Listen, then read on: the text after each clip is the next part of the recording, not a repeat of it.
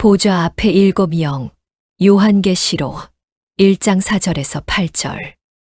요한은 아시아에 있는 일곱 교회에 편지하노니 이제도 계시고 전에도 계셨고 장차 오실 이와 그의 보좌 앞에 있는 일곱 영과 또 충성된 증인으로 죽은 자들 가운데에서 먼저 나시고 땅의 임금들의 머리가 되신 예수 그리스도로 말미암아 은혜와 평강이 너희에게 있기를 원하노라. 우리를 사랑하사 그의 피로 우리 죄에서 우리를 해방하시고 그의 아버지 하나님을 위하여 우리를 나라와 제사장으로 삼으신 그에게 영광과 능력이 세세토록 있기를 원하노라. 아멘. 볼지어다 그가 구름을 타고 오시리라. 각 사람의 눈이 그를 보겠고 그를 찌른 자들도 볼 것이요 땅에 있는 모든 족속이 그로 말미암아 애곡하리니 그러하리라. 아멘. 주 하나님이 이르시되 나는 알파와 오메가라. 이제도 있고 전에도 있었고 장차 올 자요 전능한 자라 하시더라.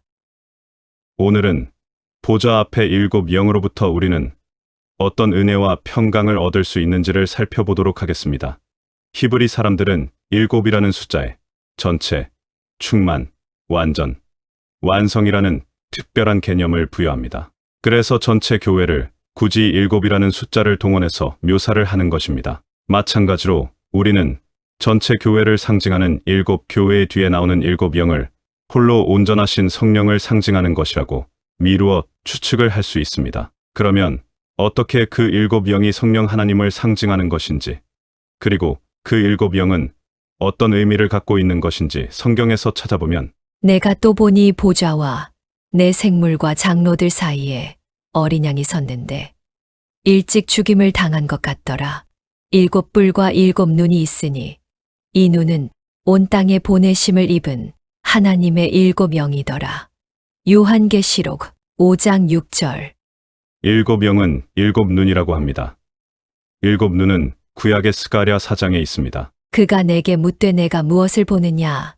내가 대답하되 내가 보니 순금 등잔대가 있는데 그 위에는 기름 그릇이 있고 또 그 기름 그릇 위에 일곱 등잔이 있으며 그 기름 그릇 위에 있는 등잔을 위에서 일곱 관이 있고 그 등잔대 곁에 두 감람나무가 있는데 하나는 그 기름 그릇 오른쪽에 있고 하나는 그 왼쪽에 있나이다 하고 내게 말하는 천사에게 물어 이르되 내 주여 이것들이 무엇이니까 하니 내게 말하는 천사가 대답하여 이르되 내가 이것들이 무엇인지 알지 못하느냐 하므로 내가 대답하되 내 주여 내가 알지 못하나이다 하니 그가 내게 대답하여 이르되 여호와께서 스룹바벨에게 하신 말씀이 이러하니라.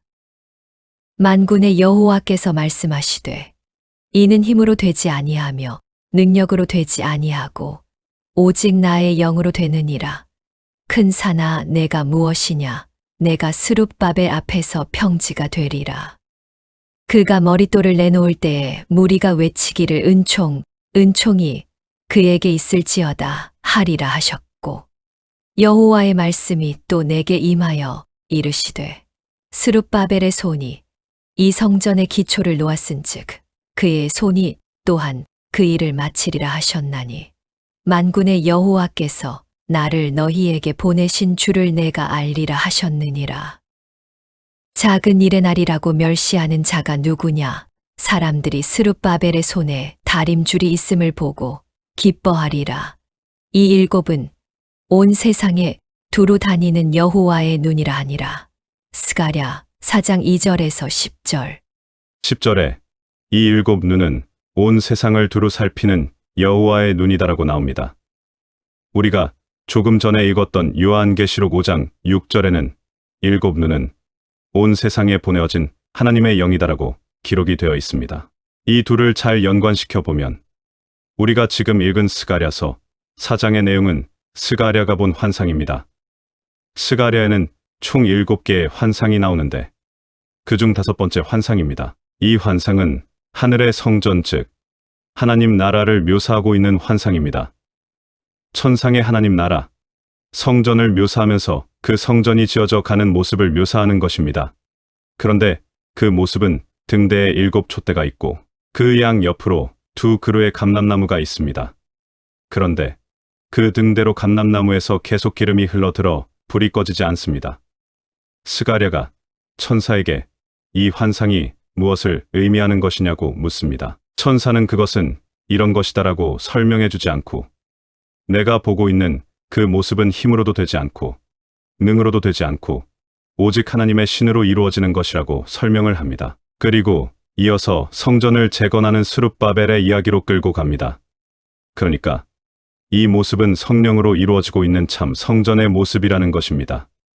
우리가 이해하기 쉬운 말로 하면 참 교회의 모습입니다. 이 환상에서 스룹바벨이 나오는데 스룹바벨은 이스라엘이 바벨론의 포로로 잡혀갔던 기원전 586년에 페르시아의 고레스 왕이 바벨론을 무너뜨리고 성전 재건을 위해 이스라엘을 본국으로 돌려보낼 때 이스라엘의 지도자였던 여호야긴의 손자입니다.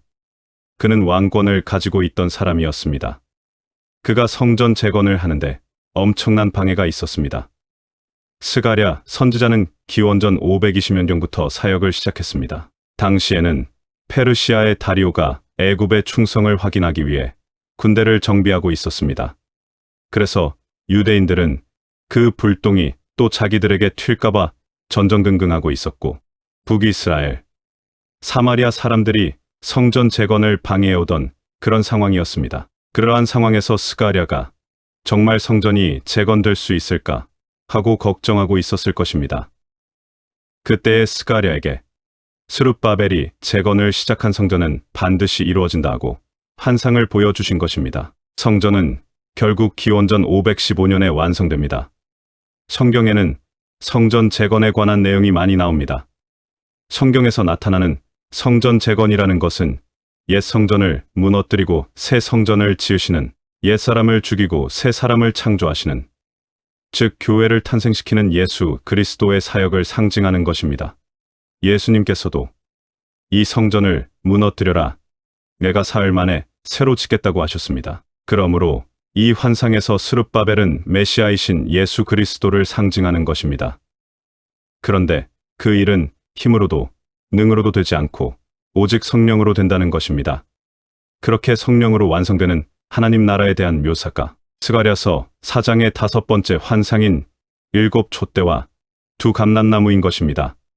10절에서 분명 이 7촛대를 가리켜 온 세상을 두루 살피시는 하나님의 눈이라고 합니다. 성령입니다. 그런데 계시록 1장 20절에는 7촛대를 다르게 묘사를 합니다. 내 본 것은 내 오른손에 7별의 비밀과 7금 촛대라. 7별은 7교회의 사자요. 7촛대는 7교회니라. 요한계시록 1장 20절.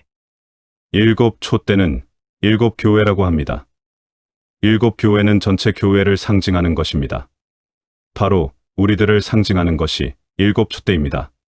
그런데 스가랴서에서는 7촛대는 성령이라고 합니다. 이렇게 성경에서 7촛대는 성령으로 표현도 되고 교회로도 표현이 되고 있습니다. 그러면 교회와 성령은 어떤 연관이 있기에 이렇게 표현이 되는 것일까요?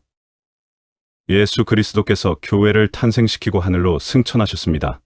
그리고 성령 하나님을 보내셨습니다. 그 성령께서 교회인 우리 안에 들어오셔서 우리를 이끌어 가시는 것이 하나님의 성전, 참 교회의 모습입니다. 내가 아버지께로서 너희에게 보낼 보혜사 곧 아버지께로서 나오시는 진리의 성령이 오실 때에 그가 나를 증거하실 것이요. 요한복음 15장 26절.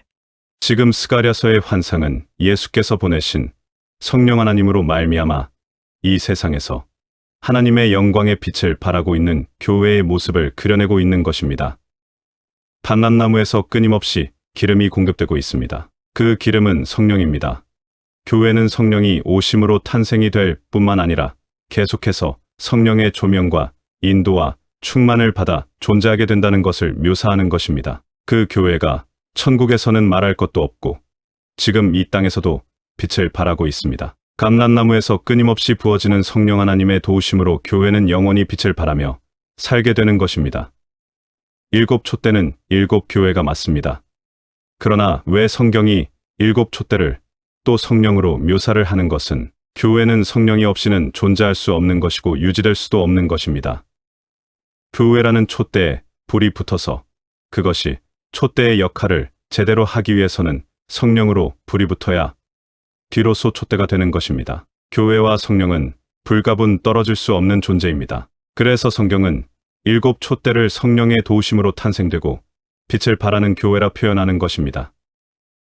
우리가 성경을 통해 확인한 것처럼 등대를 비롯한 성막 전체는 하나님께서 모세에게 직접 보여주신 하나님 나라의 모형입니다. 성막에 놓일 촛대를 만드는데 촛대를 정금으로 만듭니다.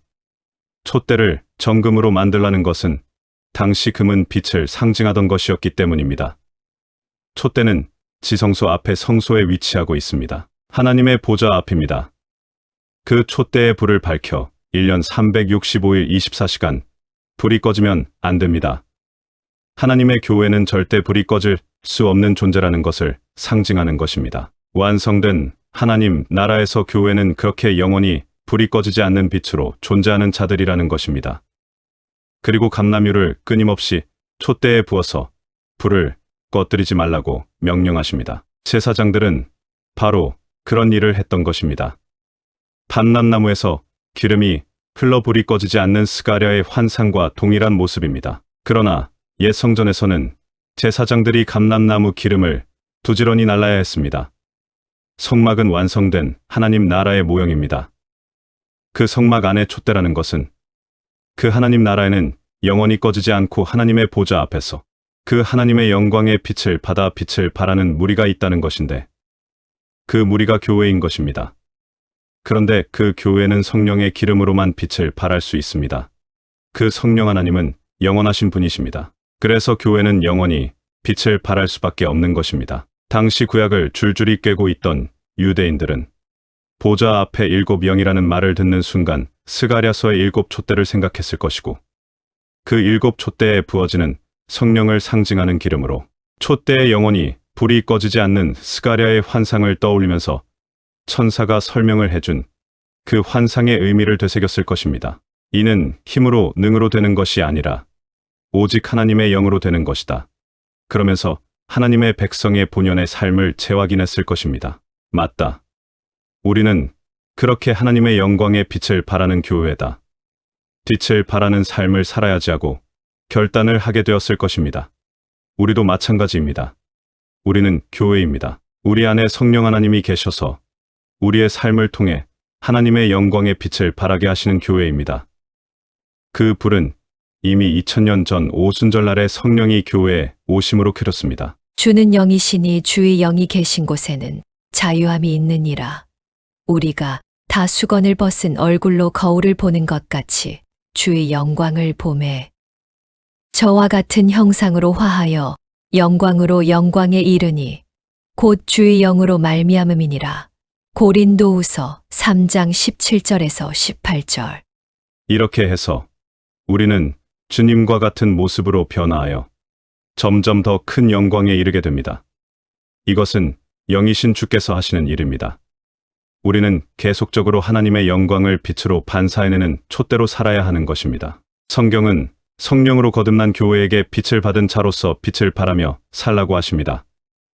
그리고 그 빛을 발하는 삶이 바로 하나님의 영광을 드러내는 삶이라고 합니다. 소요리 문답 1번. 우리 인생의 목적은 하나님을 영화롭게 하고 하나님을 즐기는 것입니다. 그러면 우리 교회가 이 땅에서 당연히 해야 할 것이 빛을 발하며 사는 것입니다. 그러면 무엇이 빛을 발하는 삶이고 무엇이 하나님께 영광을 돌리는 삶일까요? 하나님께 영광을 돌리는 삶. 빛을 발하는 교회의 삶은 보좌 앞에 촛대가 하나님의 빛을 반사하여 빛을 발하듯이 빛으로 오신 분이 살다 가신 그 빛의 삶을 사는 것이 빛을 발하는 삶이요. 하나님의 영광을 나타내는 삶인 것입니다. 예수님은 이 세상에 오신 빛이셨습니다. 교회는 그 빛을 그대로 흉내내어 살게 되어 있는 것입니다. 그 분은 삶으로 하나님을 설명하시고 가셨습니다. 예수께서 가라사대 빌립아 내가 이렇게 오래 너희와 함께 있으되 내가 나를 알지 못하느냐 나를 본 자는 아버지를 보았거늘 어찌하여 아버지를 보이라 하느냐 요한복음 14장 9절. 우리도 똑같이 세상 사람들이 우리를 보면서 하나님을 배울 수 있어야 합니다. 우리는 우리의 삶으로 입으로 하나님을 증거하는 자들이 되어야 합니다. 세상 사람들이 우리를 보면서 세상에 저렇게 사는 사람들도 있네. 저들은 뭔가 다른 사람들 같다라는 평가를 드러내야 합니다. 우리는 이 땅에서 살고 있지만 이 땅에 속한 사람들이 아닙니다. 그렇게 하나님의 증인으로 빛으로 이 세상을 살아가는 그리스도인들의 삶이 어떻게 만사형통, 일사천리, 여유만만이겠습니까? 거기에는 핍박과 고난이 따르게 마련입니다. 그때 그렇게 빛으로 살다가 힘이 들 때 먼저 살다간 우리의 신앙의 선배들을 기억하는 겁니다. 이 요한계시록을 받아서 읽던 초대교회 사람들은 엄청난 핍박과 박해를 받고 있었습니다. 힘겨운 핍박과 고난의 겁을 먹고 자신감을 잃고 있었던 그들이 이 요한계시록을 받아서 읽다가 이 보좌 앞에 계신 7영으로부터 오는 은혜와 평강에 도달했을 때 그들은 교회가 교회되게 하는 것은 힘으로 능으로 되는 것이 아니라 성령의 힘으로 되는 것임을 깨닫고 우리는 이렇게 약하지만 하나님은 반드시 이루어내시겠구나 하고 안도의 숨을 쉬었을 것입니다. 그것이 그리스도인의 평강입니다. 우리들의 삶 속에 지금 견디기 힘들고 도저히 이겨낼 수 없을 것 같은 문제들이 산적해 있습니까? 그래서 도저히 더 이상은 못 갈 것 같은 좌절에 빠져 계신 분들 혹시 계십니까? 우리의 삶은 이미 성령님께서 인수하셨습니다. 이제 우리 안에서 사는 이는 예수님의 영이신 성령님이십니다. 그 성령 하나님께서 우리를 지옥으로 데리고 가실까요? 이제 우리는 성령 하나님과 연합이 되어 있기 때문에 우리가 지옥에 가면 하나님도 지옥에 따라오셔야 합니다. 우리의 신분은 그렇게 안전한 것입니다. 그렇다면 지금 우리에게 닥친 모든 상황과 환경과 조건들은 다 우리를 천국으로 데리고 가시는데 필요한 것들이라는 것을 인정해야 합니다. 우리는 보좌 앞에 7영, 성령 하나님의 인도하심을 받아 천국으로 향하고 있는 순례자들입니다. 그분이 계속해서 우리를 조명하고 계시고 힘을 주고 계시고 우리 안에서 우리를 응원하고 계십니다. 힘을 내십시오. 초대교회 사람들이 성령 하나님이라는 이름만 듣고도 보좌 앞에 7영이라는 말만 듣고도 그렇게 평강을 얻었다면 우리도 동일한 평강 안에 거하셔야 하는 것입니다. 스룹바벨이 그 엄청난 방해에도 기어코 새 성전을 완성을 했듯이 하나님 나라는 반드시 속히 완성이 될 것입니다. 성령 하나님께서 그 일을 하고 계신데 누가 막을 수 있겠습니까? 하나님은 완성된 하늘나라의 복을 가지고 우리에게 역동적으로 오고 계십니다. 그 하나님께서 지금 우리에게 성령님으로 함께 하고 계십니다.